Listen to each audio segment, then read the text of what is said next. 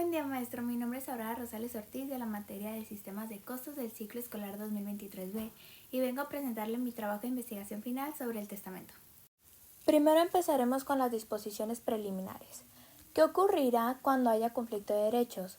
Con conflictos de derechos, a falta de ley que sea aplicable, la controversia se decidirá en favor de quien trate de evitarse prejuicios y no en favor del que pretenda obtener un lucro. ¿Qué es el derecho personalísimo? Es la potestad individual inherente a la persona humana con motivo de sus relaciones. Este derecho es irrenunciable, intransferible e indelegable. Es el derecho real, es el poder jurídico que tiene su titular sobre un bien, el cual es preferente perseguirle y oponible frente a terceros. ¿Hay posibilidad de renunciar a los derechos privados? Estos derechos solo pueden renunciarse cuando no afecten directamente al interés público y siempre que la renuncia no perjudique derechos de tercero. Esta renuncia solo producirá efectos si se hace en términos claros y precisos, de tal suerte que no quede duda en el derecho que se renuncia. ¿Cómo se regirá la forma de los actos jurídicos? Esta se regirá por la legislación del lugar en el que se celebre, pero las partes involucradas en ellos, residentes fuera del Estado, quedan en libertad para sujetarse a las formas prescritas por este código, cuando el acto vaya a tener ejecución dentro del territorio mismo. Disposiciones generales. Define la capacidad de goce y la capacidad de ejercicio.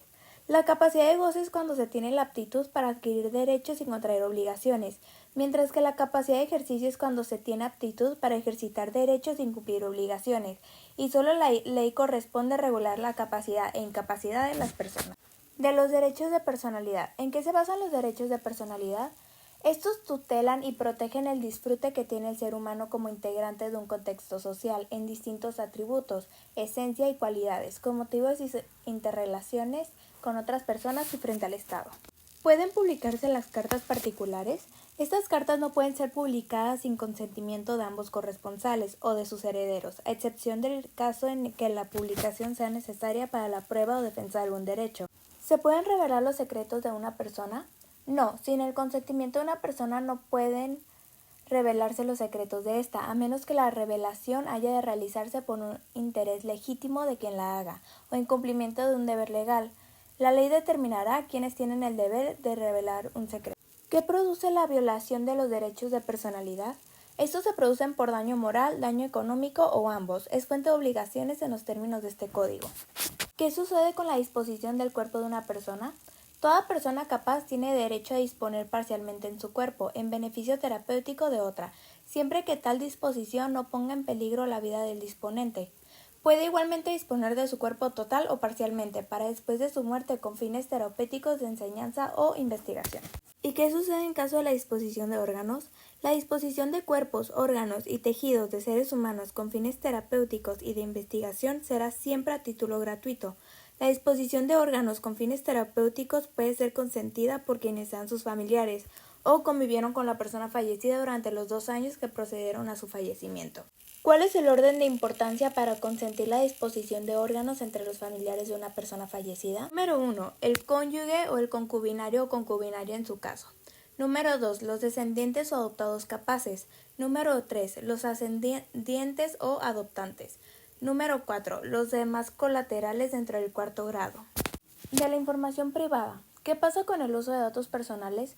El uso de datos personales es ilícito cuando el titular no hubiere prestado su consentimiento libre, expresado e informado. ¿Cuándo no es necesario el consentimiento? Cuando, número 1, los datos se obtengan de fuentes de acceso público y restricto. Número 2, se recaben en virtud de una obligación legal. Número 3, se trate de listados cuyos datos se limiten a información que obre en registros públicos.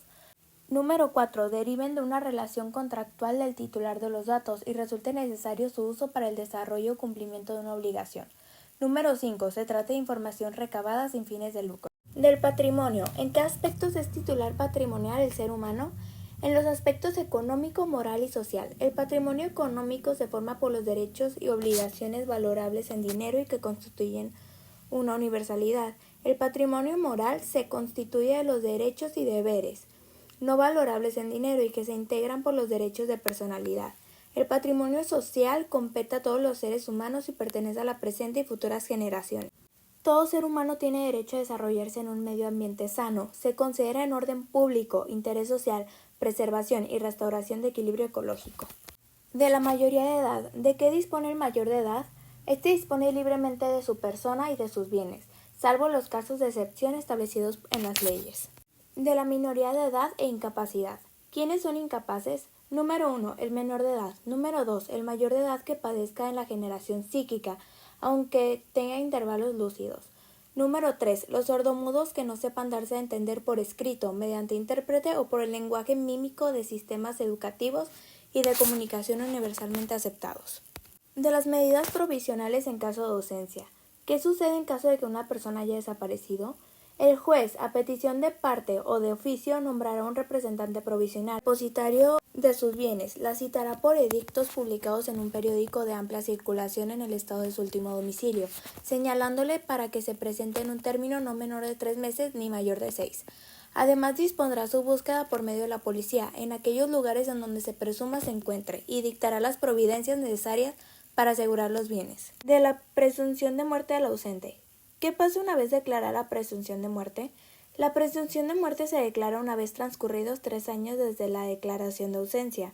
Declarada la presunción de muerte, si lo hubiere, se abrirá el testamento del ausente, en el caso de que no estuviere ya publicado. Los poseedores provisionales darán cuenta de su administración y los herederos y demás interesados entrarán en la posesión definitiva de los bienes, sin garantía alguna. La que según la ley se hubiera dado quedará cancelada.